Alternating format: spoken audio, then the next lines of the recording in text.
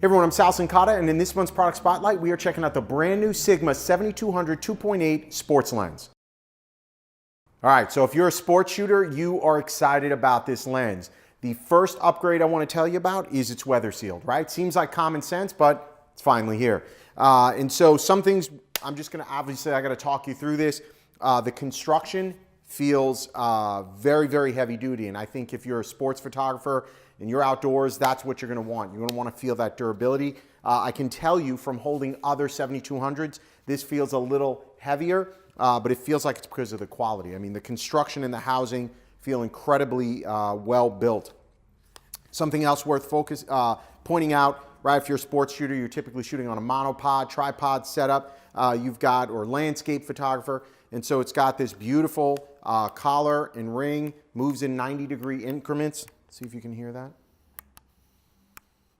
So it's kind of snapping into place, so it makes it a lot easier to work with. And then, of course, all sorts of custom functions. So you have the ability to connect this via USB and set up custom functions. You might be thinking, what am I setting up a custom function for on a lens? Again, as a sports shooter, you want to control that focusing and the speed and smoothness of that focusing. And so believe it or not, you can actually custom program that through their USB connection and software for specifically for this lens.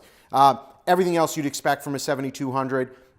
Image stabilization built in to hold that camera shake, right? If you want to shoot at slower shutter speeds, but you don't want that camera shake in there, that's built in. Autofocus, very, very fast autofocus. Something worth pointing out, if you're a wedding portrait shooter, this is going to take a little bit of getting used to. The zoom ring is on the outside, not someplace I'm used to having it. I'm used to having it in close.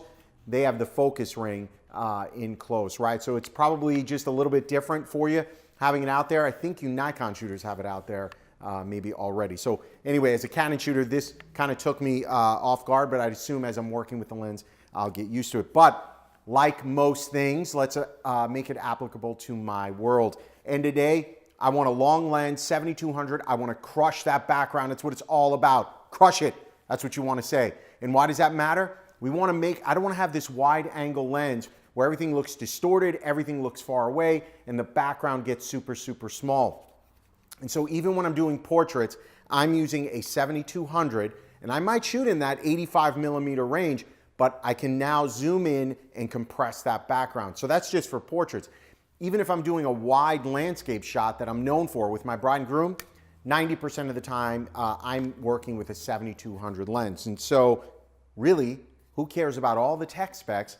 Let's take some pictures. Let's see what the results are. So we're going to shoot. I've got Alyssa here with me in the studio. I've got a Westcott constant light behind me. It's their Solix line. I didn't want to say the wrong thing. It's their Solix line, but then we've got the eye lighter underneath. So we just got a one light setup. We're in a studio. We've got an elephant background behind them. And so we're not letting strobes or flash or anything else. It's just a real solid light. I want to take a picture at 70 millimeters, zoom in at 200 millimeters, and I want to see how quickly it's focusing, and I want to see what the results are. So you're going to see the results straight out of camera, no editing. I think that's the best way to figure this out. So let's stop talking, let's take some pictures. All right, so right out of the gate, I found the lens to be a little awkward in my hands. It just took some getting used to, but the zoom ring being on the outside just took me a second. But I did find that by holding the lens that far out, I was able to flatten my hand, and it turned into a little bit more stabilization of the lens and camera system. So not something I'd see as a negative, just something that's a change and will take some getting used to. I'm also shooting with the camera at 70 and 200 for portraits.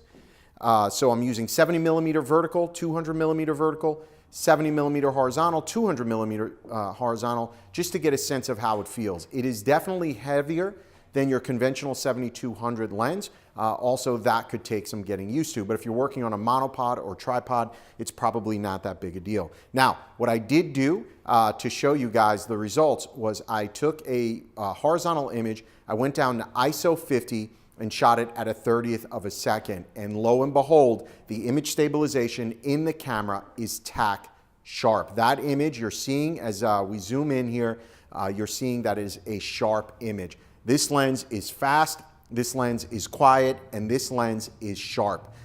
Sigma, well done. This is a lens if you will not regret adding to your arsenal.